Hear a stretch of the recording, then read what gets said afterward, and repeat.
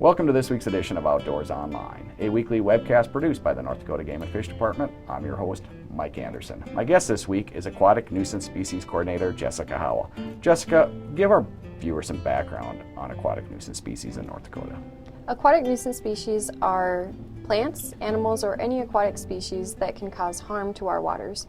And this harm can come in many forms. It could be ecological, it could cause harm to our economy, or it could take a toll on our recreational activities. We have 5 aquatic nuisance species in North Dakota. We have common carp, which are fairly widespread, though they're not found in every basin within North Dakota. We are actively keeping them out of 2 major basins.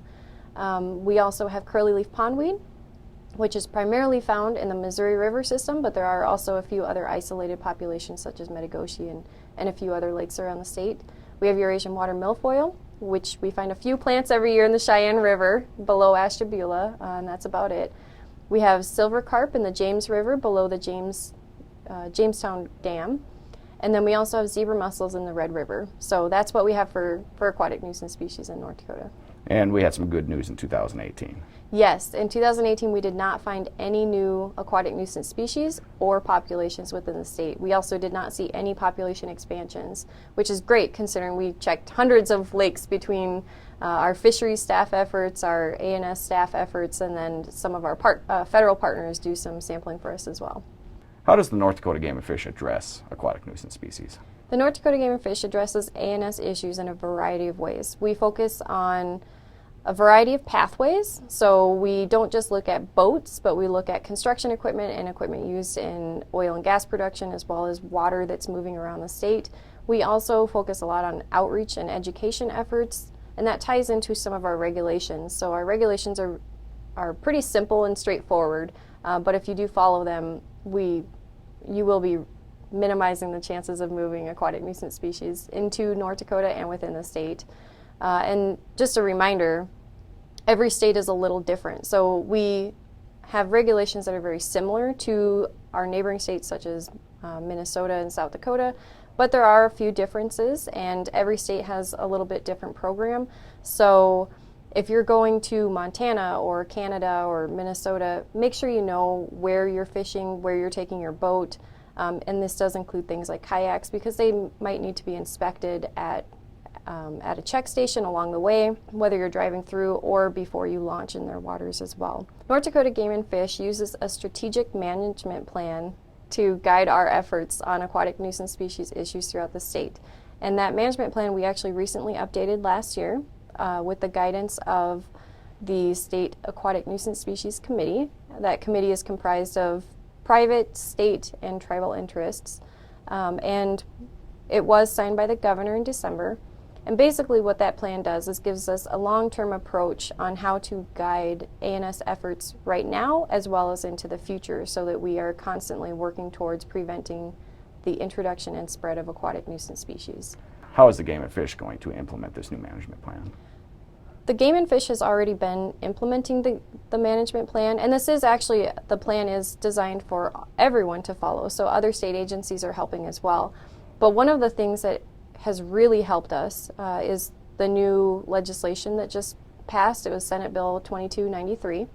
This provides funding for aquatic nuisance species efforts in the state, as well as 2 full-time staff for Game and Fish. So we would be looking at 1 warden to help with enforcement, as well as another aquatic nuisance species full-time employee to help with implementing the program and implementing the new management plan. So using the new resources from the legislation that just passed, Game and Fish intends to expand our entire program. We don't want to focus solely on one pathway such as boats. And so while you may see more aquatic nuisance species staff out there inspecting during the summers, we do want to increase other areas as well and focus our efforts on outreach and education, continuing inspections on construction and oil and gas production type equipment, as well as expanding our outreach efforts to new target audiences that we haven't been able to reach before, such as classrooms, and expanding on pet stores and pet owners and other areas where we haven't been able to spend as much time in the past. Okay, are there ways to keep aquatic nuisance species from spreading? There are, yes, and they're pretty simple. There's 3 steps that you can follow. We recommend clean, drain, and dry. And what that means is we'll use a boat as an example. When you remove your boat from the water, remove any vegetation, attached organisms, and excessive mud as much as possible before you leave the water access site. Also drain any water that may be present. This can be live wells, bait wells, and pulling your drain plug as well for that bilge area. And then also, as part of our laws, leaving that drain plug out during transport, just so any additional water can continue to flow out. And then the dry is actually just a recommendation, but we recommend that you allow equipment to dry completely before you use it again, or you can disinfect it. And we have several options on our website for disinfecting equipment. The one that we recommend the most is using hot water because it will kill anything, but also it's environmentally friendly.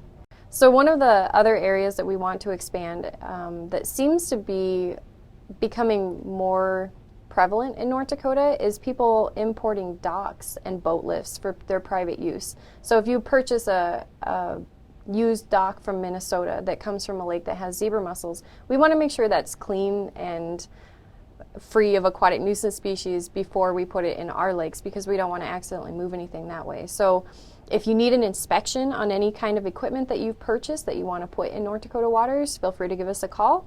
Otherwise, leave it outside for at least 30 days before you put it back in the water. And the reason for that is, adults and villagers can live outside the water for at least 30 days, but even within those dock floats and things like that where there's trapped water, potentially trapped water, 30 days gives them enough time to either starve or be deprived of oxygen and get killed.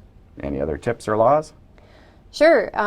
Just a reminder again to boaters, I know we talked about it a little before, but just a reminder that every state and every province is different, and so you need to know the laws of where you intend to travel through and where you intend to boat or recreate, because some have check stations that you only need to stop before you launch in their waters. Some have check stations that you need to stop at anytime you come to them.